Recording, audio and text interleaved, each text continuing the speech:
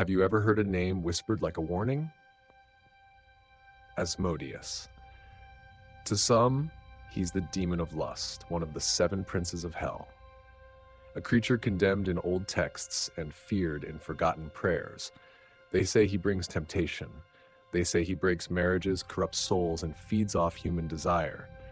But what if there's more to his story than just sin and seduction? Long before he was labeled as evil, Asmodeus appeared in tales from ancient Persia. Back then, he wasn't a demon of lust. He was a spirit of fury, tangled in divine battles and cosmic balance. As cultures changed, so did his name, and so did the fear. In the apocryphal Book of Tobit, he's the shadow stalking a woman named Sarah, killing every man she tries to marry. But the text never says he harms her, and it never explains why. Some say he was in love with her. Others believe he saw something no one else did and acted out of twisted protection. Later, he's captured by King Solomon, but not with swords or spells. Solomon uses wine and patience, and when the demon finally speaks, he doesn't roar or threaten. He weeps, he laughs, he warns. He's dangerous, yes, but also strangely human. So who or what is Asmodeus really? A monster born of lust and rage? Or a mirror reflecting the parts of ourselves we refuse to face? Tonight we turn the page on the legend and ask the question no one dares to answer. Was he ever truly a demon? Yes. Before he was a demon, before his name was feared, Asmodeus was a shadow. Not a monster with horns and fire, but a whisper that moved through ancient lands, reshaping itself in the minds of men. His earliest form may trace back to ancient Persia, where he was known not as Asmodeus, but as Eshma, the spirit of wrath. Eshma wasn't evil in the way we understand demons today. He wasn't cast from heaven or born of rebellion. He was something older, a force, a presence, the embodiment of destructive passion. In Zoroastrian belief, he was one of many daivas, spiritual entities who stood against order and truth. But time is a cruel sculptor. Cultures evolve, names twist, stories collide. As Eshma moved westward into Babylon, into Hebrew lore, he became Ashmedai, the demon we now call Asmodeus. The wrathful spirit became something more personal, more carnal. He shifted from the battlefield to the bedroom, from cosmic fury to human desire. And yet, even in these early texts, he's never just one thing. Ashmedai in the Talmud is not simply evil. He's cunning, yes. Prideful, certainly. But he studies the stars, he drinks from sacred springs, he debates with kings. He weeps and laughs and vanishes into the sky each day to learn from the heavens. Why would a demon do that? Maybe he wasn't a demon at all. Not then. Maybe he was something closer to us than we're willing to admit. A reflection of our own duality, knowledge and temptation, power and fear. The name Asmodeus, in its oldest root, may mean wrath, or the one who destroys. But not all destruction is evil. Fire can burn, but it also clears space for new growth. Some scholars believe Asmodeus was once a gatekeeper of forbidden wisdom, punished not for cruelty, but for offering humanity a glimpse behind the veil. And maybe that's what made him so dangerous. Not the sins he represented, but the truths he refused to hide. In the end, Asmodeus didn't become a demon because he was monstrous. He became a demon because someone needed him to be. In one of the most haunting stories never read aloud in church, Asmodeus steps fully into the spotlight, not as a shadow of myth, but as a named villain. The tale comes from the Book of Tobit, a sacred text that never made it into the standard Bible but survived through apocryphal manuscripts. It's here that we meet Sarah, a young woman cursed, or perhaps haunted. Every man she marries dies on their wedding night. 7 husbands all gone by morning. Rumors swirl, people whisper.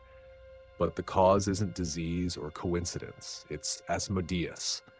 The text doesn't describe him in gruesome detail. He doesn't tear through walls or breathe fire. He moves unseen. A spirit of obsession, a force lurking just behind Sarah's sorrow. No one sees him, but they feel him. What's strange is this: he never harms Sarah, only the men, and we're never told why. The book offers no clear motive, only silence where an explanation should be. And in that silence, legends grow. Some say Asmodeus is driven by lust, that he desires Sarah for himself and kills anyone who comes near her. Others suggest something darker, that he's not acting out of craving, but jealousy, a twisted kind of love, a need to keep her untouched, unloved, eternally alone. But one theory stands apart. What if he wasn't punishing Sarah or even the men? What if he was protecting her? What if those husbands weren't innocent? What if he saw in them what no one else did? Greed, dishonor, impurity. Could Asmodeus have believed in his own corrupted logic that he was saving her from men who didn't truly love her? Whatever his reason, his reign ends with the arrival of Tobias, a kind young man sent by his blind father on a long journey. Tobias meets Sarah and falls in love. But unlike the others, he has a secret weapon, a divine guide. The archangel Raphael, disguised as a traveler, tells Tobias how to fight back. The weapon?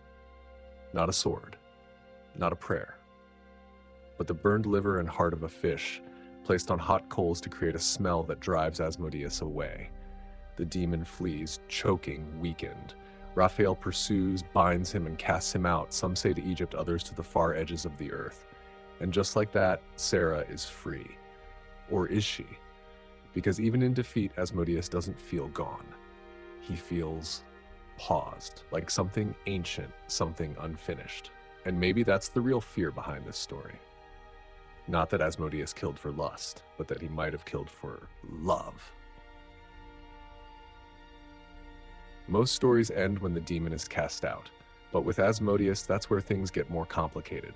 Because in the Book of Tobit, there's a detail often overlooked. Tobias doesn't just survive because of Raphael's guidance, he also listens, he waits. He doesn't rush to consummate the marriage, and because of that, he lives. That's not just a plot twist, it's a moral clue. You see, Asmodeus didn't kill Tobias. He killed the men who came before him. Men who, for all we know, might have seen Sarah as a prize to be claimed. One night, one transaction, one death. But Tobias was different. He paused. He respected. He stayed. And that raises a disturbing question. Was Asmodeus truly a demon of lust? Or was he a punisher of it? Later theologians would label him as the embodiment of luxuria, lust, the second of the 7 deadly sins. He became a warning to every generation, guard your desires or he'll come for you in the night. But even that doesn't fully explain him, because true lust is blind, reckless, hungry. Yet Asmodeus seems focused, selective. He doesn't roam from soul to soul, burning through the world with wanton chaos. He stalks one woman for years, for reasons we don't fully understand. That doesn't make him innocent, but it doesn't make him simple either. What if his sin wasn't lust at all, but jealousy? Or worse, what if it was righteousness gone wrong? Some ancient scholars speculated that Asmodeus saw the other suitors as unworthy, that he intervened in judgment. Twisted judgment, yes, but judgment nonetheless. That idea is unsettling because it blurs the line between evil and justice, between monster and guardian.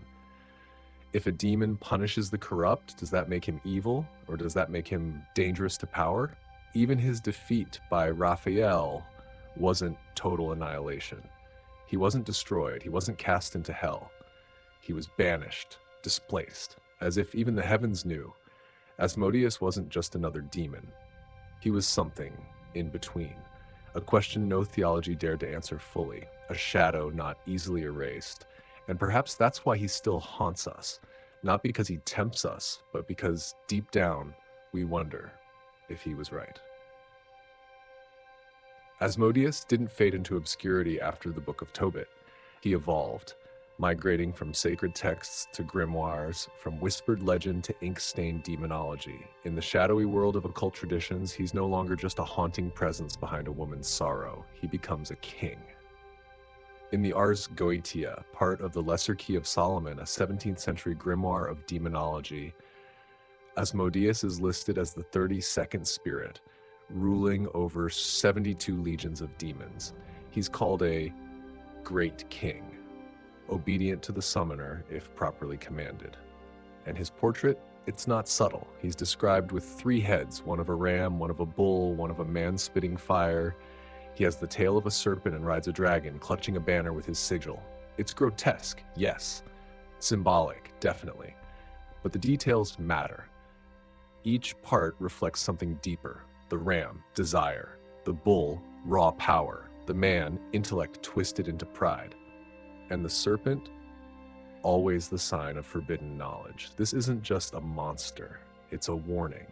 In medieval and Renaissance demonology, Asmodeus is seen as the demon who teaches mathematics, architecture, astronomy, and the secrets of treasure. He's not just tempting people with lust, he's offering them knowledge. Dangerous knowledge. That makes him even more threatening in the eyes of the church, not because he's destructive, but because he empowers. He opens doors that should stay closed. He invites mortals to ask questions that were meant for angels.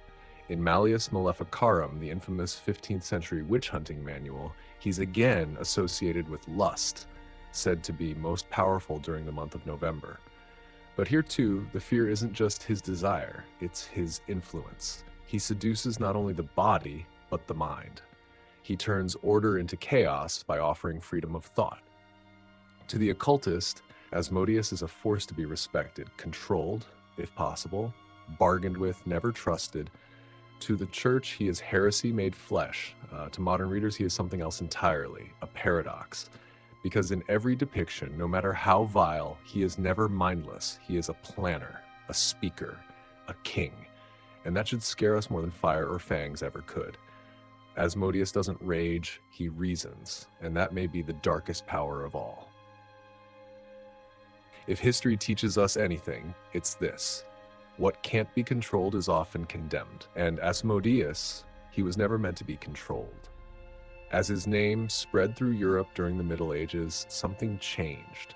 He stopped being a figure of myth and became a symbol. Not of temptation alone, but of everything the church feared. Desire, power, knowledge, especially knowledge.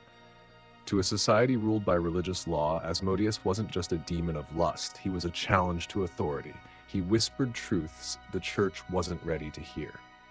He offered secrets buried in stone, numbers etched in the stars, maps to treasure hidden beneath cathedrals. He gave people the illusion of power, and that was dangerous.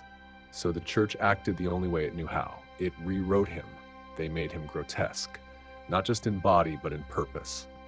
He became the embodiment of lust, uncontrollable, perverse, corrupting. In this version, he didn't teach architecture or strategy. He destroyed marriages. He incited adultery. He tempted holy men. And slowly, this was the version that stuck. Art and literature followed suit. He was painted clinging to women's backs, hiding in the shadows of confessional booths, lurking behind wedding veils. Every flicker of desire became his doing. Every sin of the flesh became his signature.